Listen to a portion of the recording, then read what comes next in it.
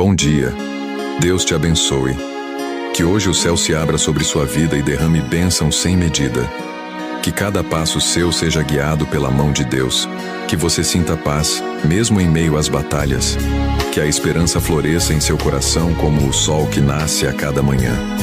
Deus conhece seus sonhos, suas lutas e suas orações. Nada está oculto aos olhos do Pai. E Ele já está trabalhando por você. Que a alegria dele te fortaleça e a fé seja o seu combustível. Não desanime. Deus nunca chega atrasado. Onde houver dor, que Ele leve consolo. Onde houver dúvidas, que Ele traga direção.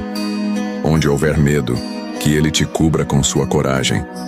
Que sua casa seja cheia de luz, amor e proteção.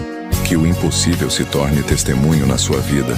Tenha um dia abençoado na presença do Deus que nunca falha. Que assim seja. Amém.